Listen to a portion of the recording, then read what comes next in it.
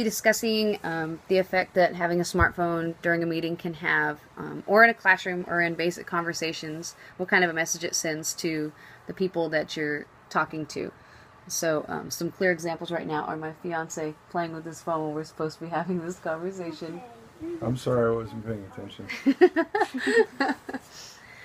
Maddie, can you think of some things that have happened, like some where you know you're supposed to be paying attention, but you just can't focus, so you're playing with your phone? Okay, so one incident that has happened is I'll be sitting in a lecture class and I'm trying to pay attention and I'm jotting down notes and everything like that, but I mean, I feel like I'm not learning, so I stop taking notes and then I start playing with my phone because I'm like, well, I'm not learning the information anyways. So I get distracted. You just get bored with the situation. I get very bored with the situation, and I feel like that's kind of something to keep you busy, and then you can kind of listen, but not really. Yeah. Yeah. It's become so socially acceptable for us to just constantly have our phones in our hands that we don't even realize that we're doing it half the time. It's like when people come through like the checkout lines or even up to customer service and they're talking on their cell phones and they want to send a Western Union, but technically you're not supposed to be dealing with them because that is critical information right there that you have to deal with. Like, giving them the control number, you have to have every single detail correct, and if you don't, then it doesn't go through correctly and the person can't pick up the money.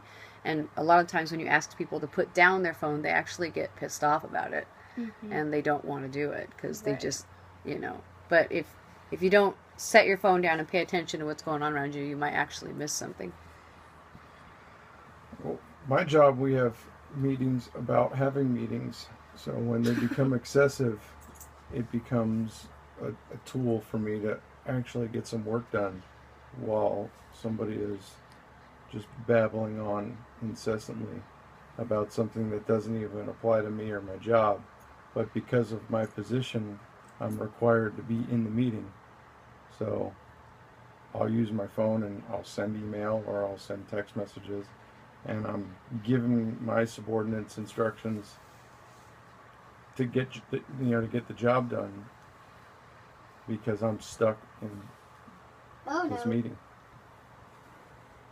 Yeah. And it's hard because it's like when I'm in a meeting or even like in class, I'll find myself like on my Wednesday night class, I'll find myself Facebooking during class, or even I'll have my phone out doing things on Canvas, when I'm in the class, just because sitting still is so hard for me. Mm-hmm. And I'm a multitasker, so to sit and focus on one thing is just nearly impossible for me at times. Well, and I can kind of relate to Chris because every month at my job we have a meeting, a staff meeting we have to go to, and then we kind of like touch base on everything. But I feel like some of that information doesn't apply to me because I already know how to do most of the things in my job. It's kind of for people that are still learning new things about how the program works and how, like, different ways to handle kids not sitting still and stuff like that.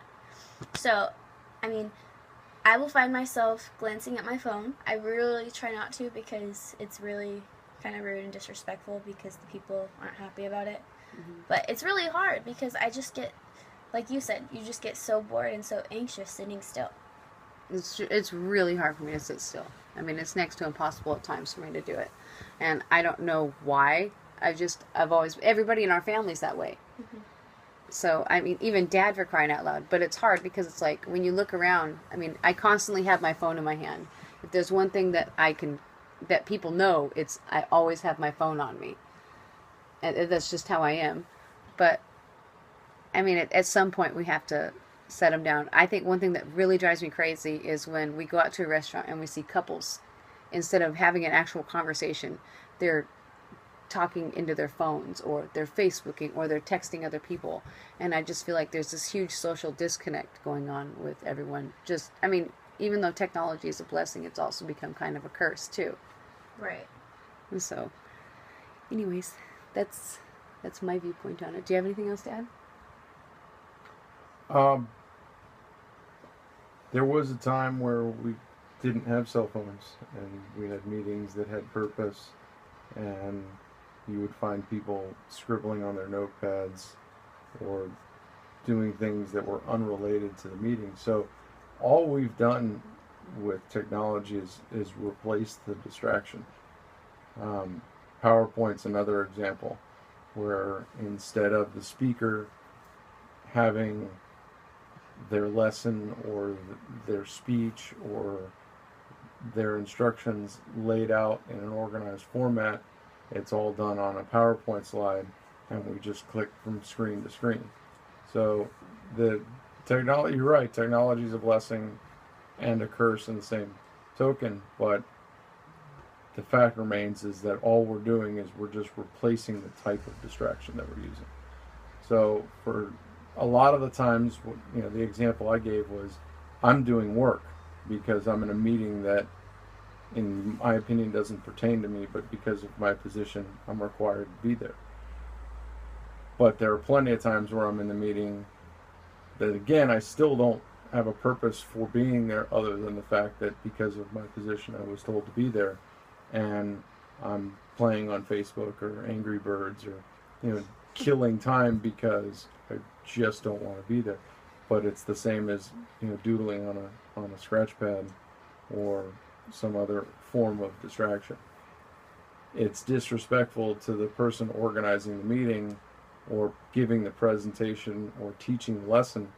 However, the onus is also on that individual that's running the meeting or the class or the lesson to engage their audience and make sure that, one, they've got the right people there, and that what they're trying to tell them is something that's going to resonate. And drowning on to just fill time with words isn't the way to do it. I don't think I've ever really missed anything important. Not at work or at school or anything by doing it.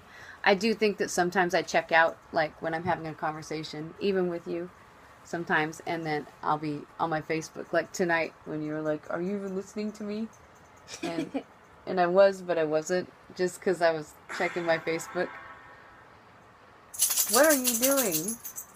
It was a noise on my phone.